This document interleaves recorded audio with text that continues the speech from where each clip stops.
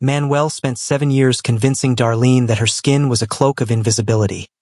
That in a city this cold, she was a shadow that millions would walk through but no one would ever stop to hold. He had hollowed her out until she believed that if she vanished tonight, the world wouldn't even blink. That was the lie she carried until she sat beside a man who looked at her injuries not with pity, but with the calculated gaze of a king assessing a broken treasure in a city he already ruled. The subway train screeched through the subterranean dark, a rhythmic clacking that echoed the frantic drumming of Darlene's heart. She huddled into her bright red knitted sweater, the wool itchy against the fresh welts on her back. Her fingers were white-knuckled, fused to the handle of her red handbag as if it were the only anchor left in a world spinning out of control. She sat on the far edge of the bench, shoulders hunched inward, a masterclass in the art of making oneself small. In the reflection of the scratched subway glass, a stranger stared back at her. Darlene barely recognized the woman in the window. Bruised, swollen, and bleeding.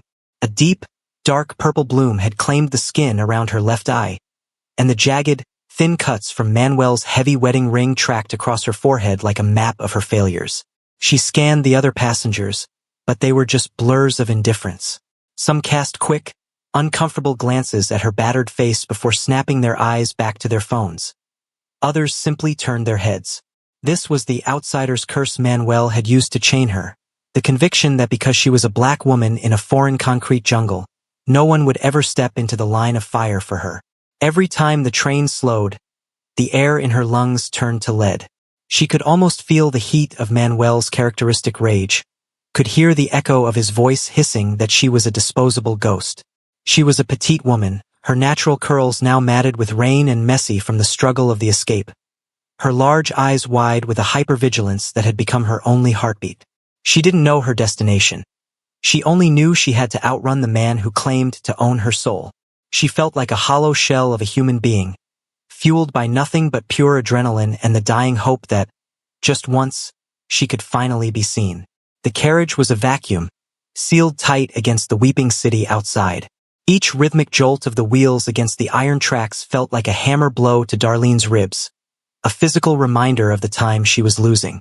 In the reflection of the dark tunnel walls, she caught glimpses of her own face, a map of trauma rendered in shades of violet and crimson.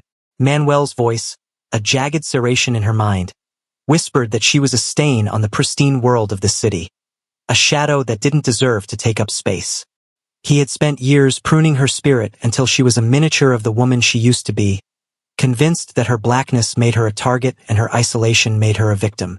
But the air directly to her right didn't feel like the stagnant, indifferent oxygen of the other passengers.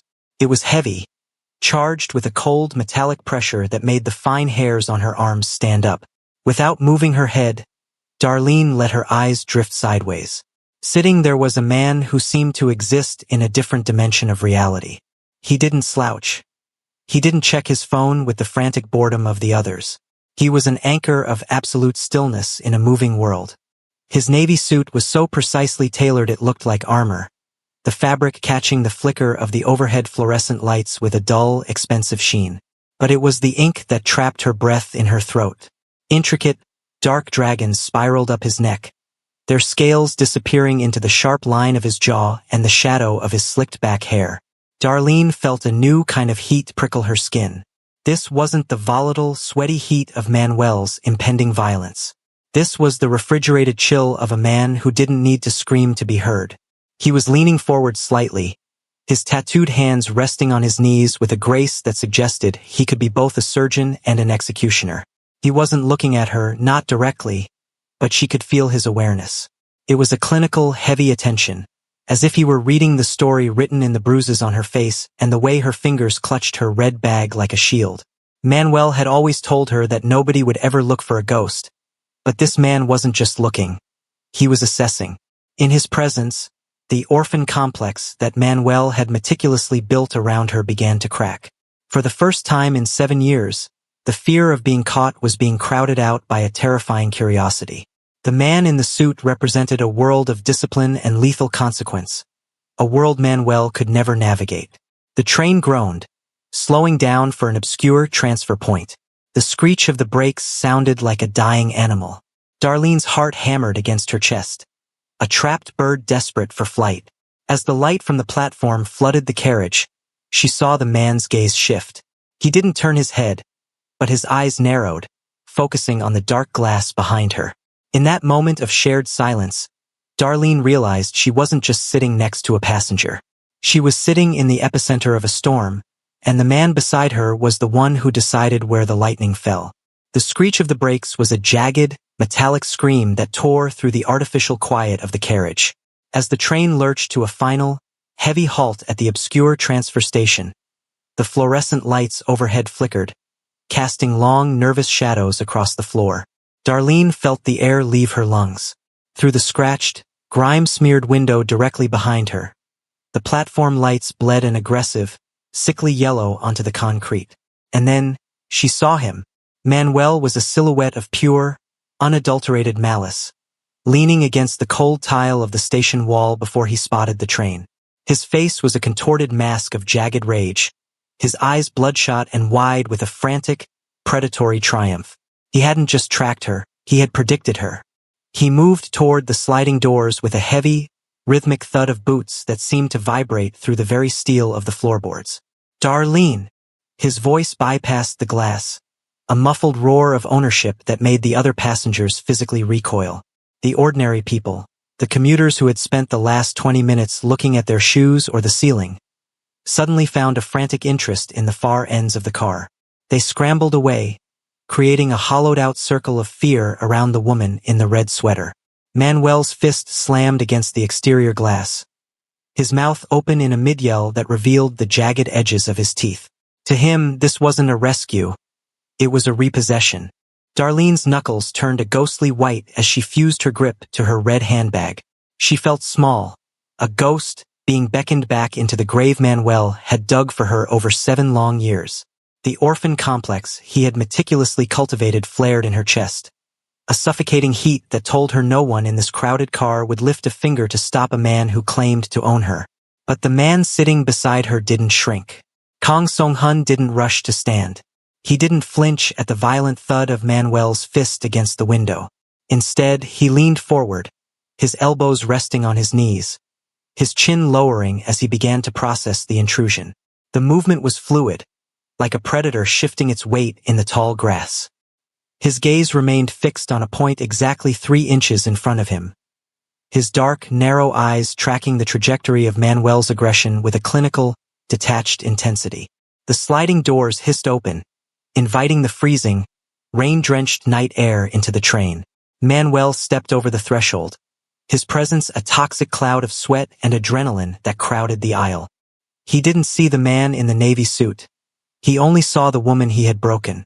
But as Manuel reached out a meaty hand to grab Darlene's arm, the air in the carriage shifted.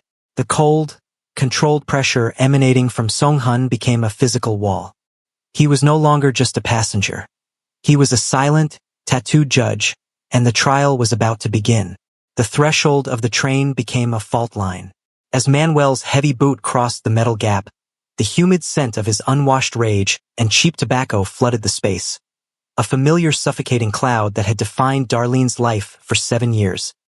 He reached out, his thick, scarred fingers splayed like a claw, ready to sink into the wool of her red sweater and drag her back into the dark. "Found you, you little ghost," Manuel spat, his voice a jagged rasp that made the remaining passengers at the far end of the car flinch. "You thought you could just walk out? You're nothing without me. You belong in the house." Darlene's pulse thrummed in her teeth. She squeezed her eyes shut, bracing for the familiar jerk of her shoulder, the sudden redirection of her entire world by a force she couldn't fight. She waited for the impact of his grip, for the heat of his palm to claim her skin. But the impact never came. Instead, a sound vibrated through the floorboards. Not a shout, not a challenge, but a low melodic hum that seemed to pull the oxygen right out of Manuel's lungs. It was the sound of a blade being drawn over silk. "Men who believe they own things," a voice murmured, "rarely notice when the world has already moved on without them." The words were quiet, spoken with a rhythmic, effortless cadence that carried more weight than any scream. Manuel's hand froze inches from Darlene's arm. He blinked, his bloodshot eyes finally snapping away from his prey to the man sitting in the center of the bench. Kang Song-hun didn't stand. He remained leaning forward, his tattooed hands relaxed, his index finger tracing the sharp line of his own jaw as if he were bored by the intrusion. He slowly lifted his gaze, his narrow eyes locking onto Manuel's with a lethal, clinical focus. The rule of invisibility that had governed Darlene's life was shattered in a heartbeat. The air in the carriage grew arctic, heavy with the scent of expensive cedar and the unmistakable ozone of a coming storm. "Who the hell are you?" Manuel barked, though the bravado in his chest wavered, his posture sagging against the sudden, crushing gravity of the man in the navy suit. "This is family business. She's an orphan. She's got nobody. You hear me? Nobody is coming for her." Song-hun exhaled a slow, controlled breath. He tilted his head slightly, the light catching the scales of the dragon snaking up his neck. "You are mistaken," he whispered, the smoothness of his tone acting as a cold warning that made the hair on the back of Darlene's neck stand up. "She is sitting in my shadow. In this city, that means she is no longer alone. And if you take one more step toward her, I will ensure you never take another step again." The silence on the train became absolute. Manuel looked at the dark ink on Song-hun's knuckles, then at the absolute, terrifying lack of fear in the stranger's eyes. For the first time in his life, the bully found himself looking up at a god. Darlene opened her eyes, her gaze darting from the man who had broken her to the enigma who had just claimed her safety. She was caught between two fires, the monster she knew and the silent power she didn't. But as the doors began to hiss, signaling the final departure, she realized the ghost Manuel had created was finally starting to breathe. The sliding doors hissed shut, severing Manuel's frantic, desperate shouting from the climate-controlled sanctuary of the carriage. Darlene watched his reflection disappear into the tunnel's maw, a shrinking ghost of a man who suddenly looked as small as he had always made her feel. Beside her, Song-hun rose with a fluid, athletic grace that made the cramped subway car feel like a dollhouse. He didn't offer a hand, nor did he offer a smile. He simply walked toward the exit at the next stop, his navy suit cutting through the stale air like a blade. Outside, a sleek black sedan waited at the curb, its engine a low, predatory growl against the rhythm of the falling rain. A man in a dark tactical suit opened the rear door with military precision, bowing his head in a way that made Darlene's heart stutter. This wasn't the world of ordinary people going home. This was a world of absolute hierarchy. She slid into the leather interior, her damp curls leaving a dark stain on the pristine hide, feeling like a stowaway on a ghost ship. The car moved through the neon-soaked veins of the city, a blur of blurred lights and hushed silence. Song-hun sat in the far corner, a statue of cool indifference, his luxury silver wristwatch catching the passing glow of street lamps. He didn't speak, but his presence was a heavy, protective weight that filled the cabin. When the car finally slowed, it wasn't at a house or an apartment block. It stopped at the base of a soaring glass monolith that seemed to pierce the very heart of the storm clouds. This was the Dragon's Den. The lobby was a cathedral of polished concrete and raw stone, guarded by men who moved with a focused, lethal alertness that mirrored Song-hun's own. They didn't look at Darlene with pity. They didn't look at her at all. To them, she was a shadow under their master's wing, and that was enough. The private elevator ascended in a stomach-flipping rush of silence, the city falling away beneath them until the lights of the metropolis looked like a handful of spilled diamonds. The doors slid open to reveal a sprawling penthouse that felt less like a home and more like a command center. The air here was thin and smelled of expensive cedar and cold metal. Walls of floor-to-ceiling glass offered a panoramic view of the kingdom Song-hun governed, a soaring vantage point that Manuel could never have dreamed of reaching. Darlene stood frozen in the foyer, her wet sneakers leaving damp, apologetic prints on the dark, heated floor. She clutched her red handbag to her chest, her small frame feeling fragile against the expansive, masculine luxury of the space. Song-hun shed his tailored jacket, handing it to a silent subordinate without looking. Underneath, his white dress shirt was crisp, the top buttons open to reveal the dark ink snaking across his collarbone. "Manuel told you that you were a ghost because you had no family to claim you?" Song-hun said, his voice a low, resonant hum that filled the cavernous room. He walked toward a bar made of raw obsidian and poured a single glass of amber liquid. He was wrong. In this city, having no one means you are a ghost who cannot be tracked. And in my house, ghosts are the most powerful weapons of all. Darlene looked at the dragon tattoos on his wrists and the surgical precision of the penthouse. She realized then that she hadn't just escaped a toxic marriage. She had been pulled into the heart of an empire. She wasn't just safe. She was in the den of the city's most feared man, and the invisibility Manuel had used to break her was about to become her greatest armor. The guest suite was a silent expanse of charcoal-colored finishes and oppressive luxury, a stark contrast to the cramped, peeling wallpaper of the apartment she had called a home. Darlene stood in the center of the room, her reflection caught in the dark, polished surface of a dresser. A woman in a sharp, professional uniform had already moved through the space like a ghost, leaving a tray of medical supplies and a set of midnight blue silk pajamas on the bed. Left alone with the rhythmic hum of the climate control, Darlene finally let her shoulders drop. With a hand that still shook, she reached up to touch the collar of the red knitted sweater. It felt heavy now, saturated with the rain of the streets and the stale terror of the subway. It was the armor of a victim, a bright signal of her pain that she had worn to hide the shivering of her soul. She entered the marble bathroom, a temple of white stone and recessed, soft light. Before the floor-to-ceiling mirror, she stopped. For a long, agonizing moment, she couldn't look. In her mind, she was still the hollow shell Manuel had spent 7 years hollowing out, a nobody whose only value was her obedience. When she finally lifted her gaze, the reality of her face hit her like a physical blow. Her oval face was a map of Manuel's final lessons. The dark purple bruise around her temple had deepened, and the swelling on her cheek made her large, expressive eyes look sunken and haunted. The jagged cuts from his ring were angry red lines against her warm, light brown complexion. "You have nobody, Darlene." The memory of Manuel's voice echoed in the sterile silence, a ghost trying to reclaim its haunt. But as she stared at herself, she saw something Manuel had never been able to fully extinguish. Beneath the trauma, there was a quiet, vibrating survival energy. She wasn't just a victim. She was the woman who had walked out. She began to clean her wounds, her fingers moving with a clinical focus she hadn't known she possessed. She dabbed the antiseptic against the cuts, the sting a grounded reminder that she was still alive, still present. She reached for the hem of the red sweater. As she pulled it over her head, she felt the weight of the last 7 years sliding off her skin. She let the garment fall to the marble floor, a heap of bright, discarded pain.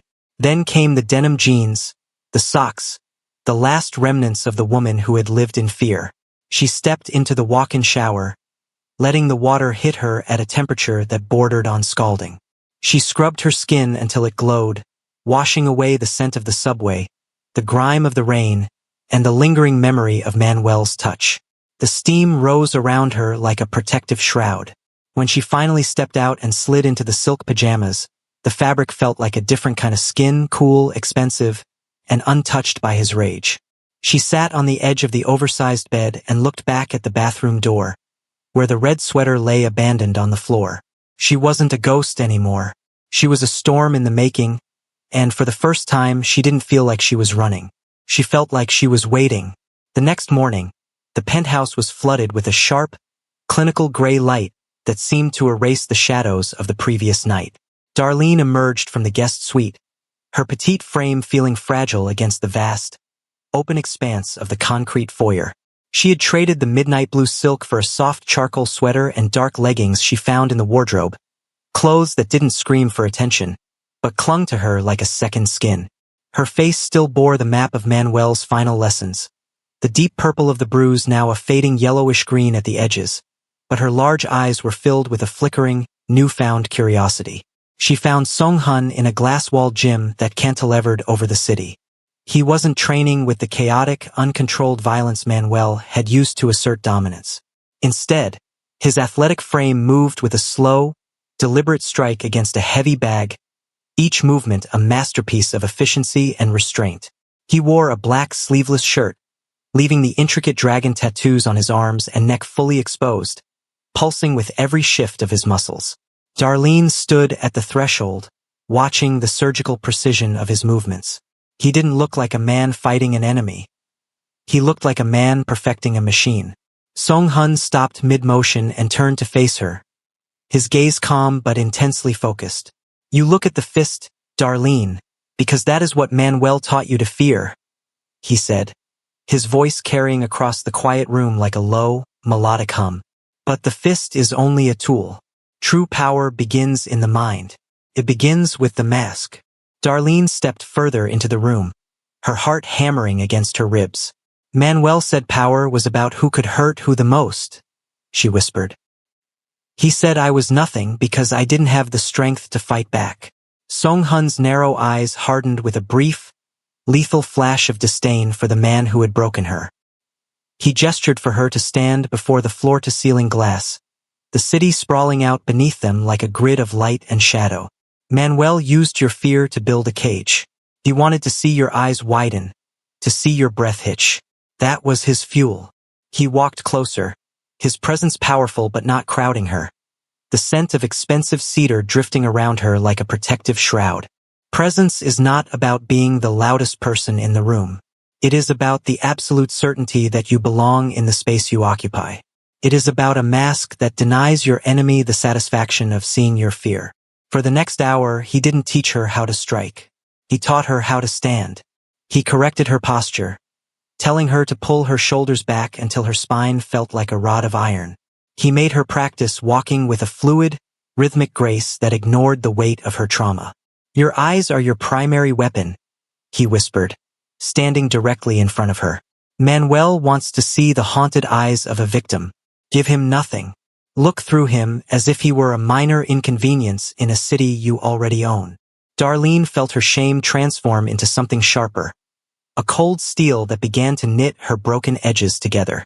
She was learning that her isolation wasn't a hole to fall into. It was the foundation of a fortress. As she practiced the mask, staring at her own reflection in the glass, she realized that the ghost was finally learning how to haunt. The afternoon shadows stretched across the polished concrete of the penthouse, turning the glass walls into dark mirrors. Darlene sat on the edge of a low-slung leather sofa, her fingers tracing the hem of her charcoal sweater. The silence between them wasn't the suffocating, pre-storm pressure she had known with Manuel. It was a controlled, rhythmic quiet that invited the truth. She looked at Song-hun, who stood by the floor-to-ceiling window, a silhouette of ink and silk against the bruised purple of the city skyline. "Why me, Song-hun?" she asked, her voice barely a whisper but steady.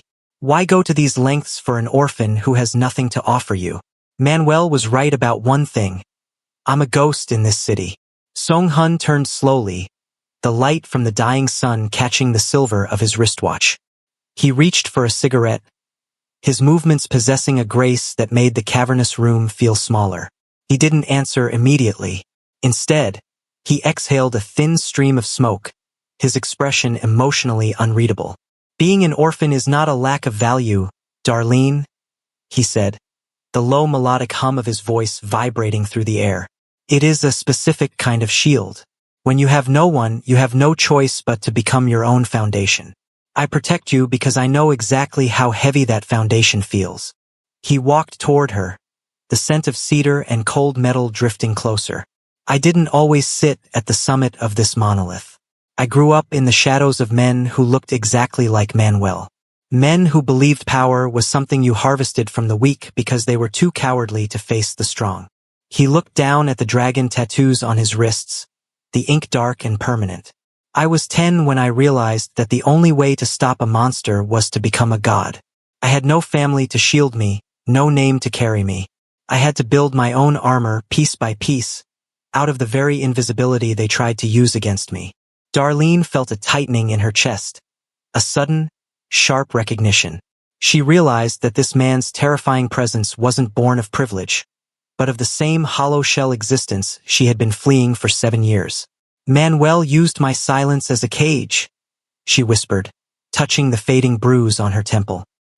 "He told me that because I had no parents, no siblings, the world would swallow me whole if I ever left his side. He tried to erase me before I even had a chance to exist." Song Hun went very still, his narrow eyes locking onto hers with a lethal, focused intensity. He used your isolation to build a prison, but isolation is only a cage if you believe the walls are there to keep you in. To me, they are there to keep the rest of the world out. He leaned in, his voice a cold, resonant warning. Because you have nobody, Darlene, you have the rarest gift of all. You can become anybody. You are untraceable. You are a ghost. And a ghost that cannot be seen is a ghost that cannot be struck. You aren't a victim of your past. You are the architect of a future that has no record. You are the shadow that finally learned how to bite. Darlene's posture settled, her shoulders pulling back as she absorbed the iron in his words. She looked at the dragons on his skin and didn't see a criminal. She saw a man who had written his own history in a world that tried to leave him blank. She wasn't a ghost anymore. She was the strategist. The rain-slicked streets of the industrial district smelled of ozone and terminal desperation. Far beneath the soaring glass monolith where Darlene was learning the weight of silence, Manuel moved through the shadows like a wounded animal, his bravado stripped away to reveal a core of toxic rot. He was no longer the loud predator of the subway car. He was a man losing his grip on the only thing that gave him a sense of scale. To him, Darlene's escape wasn't a bid for freedom. It was a personal theft. He stepped into a basement that breathed with the scent of stale adrenaline and expensive tobacco. This was the territory of the rival syndicate, a world that usually chewed men like Manuel into a pulp. But tonight, he carried a key forged from 7 years of intimate surveillance. He didn't just offer Darlene's location. He began to sell out the very foundations of his own life. Under the flicker of a single, buzzing fluorescent bulb, Manuel leaned across a table scarred by old violence. He traded confidential police files he had intercepted, the locations of deep-cover safe houses, and the patrol schedules of the city's peripheral wards. He was gambling everything he had ever built, dismantling his own safety just for a single lead on Song Hun's Dragon's Denver. She has nobody, Manuel hissed, his voice a jagged rasp of misplaced triumph. She's an orphan ghost, but she's sitting in a room with a man who thinks he can keep what's mine. The men across from him, shadows with cold, clinical eyes, watched the way Manuel's hands shook. They saw the jagged rage in his bloodshot eyes and recognized a useful tool. A man so consumed by the need to possess that he would burn the city down just to see her in the ashes. Manuel didn't care about the war he was starting or the lives he was mortgaging. He only cared about the property he had lost. As the rival syndicate began to arm themselves, guided by Manuel's frantic maps, he felt a surge of lethal hope. He believed that by destroying the fortress she had found, he could force the ghost back into the cage. He didn't realize that in the world of iron and ink, the price of entry was often a life, and he had just signed away his own. The air in the penthouse suddenly curdled, turning thick with the ozone of an impending breach. Security monitors along the obsidian walls flared to life, capturing grainy, high-contrast silhouettes of armed men filtering through the subterranean levels of the glass monolith. Song Hun didn't reach for a weapon. He simply adjusted his luxury silver wristwatch, his narrow eyes tracking the movement with the same surgical detachment he had used to teach Darlene the art of the mask. When the private elevator hissed open at the summit, the silence was shattered not by gunfire, but by the jagged, frantic breathing of Manuel. He stepped into the foyer first, flanked by the cold-eyed soldiers of the rival syndicate, his face a contorted mask of toxic triumph. He looked disheveled, his clothes damp with the rain of the industrial district, a small man who had burned his own world just to stand in this one. "Darlene!" he roared, the sound echoing off the polished concrete. "Get over here. I made a deal. You're coming home to the cage where you belong." Manuel scanned the sprawling room, expecting to find the huddled, trembling girl in the red sweater. He expected the wide, glossy eyes of a victim and the desperate clutching of a handbag. He wanted the satisfaction of her fear. It was the only currency he knew how to spend. But Darlene didn't scream. She stood in the center of the vast, clinical space, her shoulders pulled back and her spine a rod of iron. She was dressed in the charcoal sweater and dark leggings of the Dragon's Den, her natural curls framed by the cold, expensive light of the penthouse. As Manuel lunged forward, intent on reclaiming his property. She didn't flinch. She met his gaze with a lethal, clinical stillness that mirrored Song-hun's own. The orphan complex was gone, replaced by the heavy, silent foundation of a woman who had realized her own invisibility was a fortress. She looked through Manuel as if he were a ghost from a life she had already outlived. In that absolute, terrifying silence, the predator realized the truth. He wasn't hunting a lost girl anymore. He was standing in a room full of gods, and the woman he had tried to erase had finally become the one thing he couldn't touch. The deal Manuel had mortgaged his life for dissolved into the sterile air of the penthouse. At a subtle, rhythmic wave of Song-hun's tattooed hand, the shadows of the dragon's den coalesced into armed men who moved with a military precision Manuel couldn't comprehend. The rival syndicate's soldiers, recognizing a vacuum of power they could not fill, lowered their weapons. They were professionals. They didn't die for small men. Manuel was stripped of his bravado in a heartbeat, his face collapsing into a jagged mask of pathetic realization as Song-hun's security closed in. He wasn't a predator anymore. He was a nuisance being cleared from a pristine floor.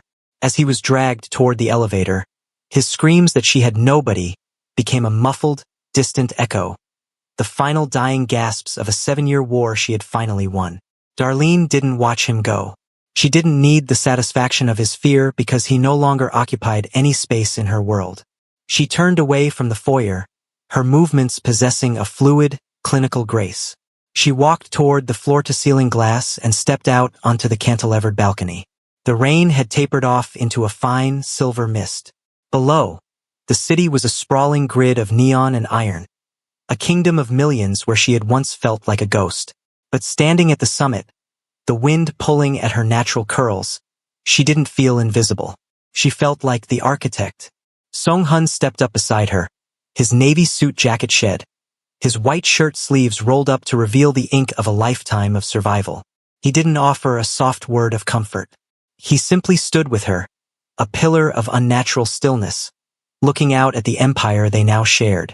"The world didn't swallow you, Darlene," he murmured, his voice a low, melodic hum. "No," she replied, her gaze fixed on the horizon where the dark clouds were finally breaking. "It just waited for me to stop running." She wasn't a victim, a runaway, or an orphan. She was a partner in the shadow, the woman who had traded a red sweater for a throne of glass. The storm had passed, and the ghost had finally found her haunt. We have come to the end of this story. Do you think Darlene deserved all that came to her? Let us know in the comments below. Do not forget to like this video and subscribe to the Cinema Corner channel. Thanks for watching, and as always, relax, sit back, and enjoy the next story.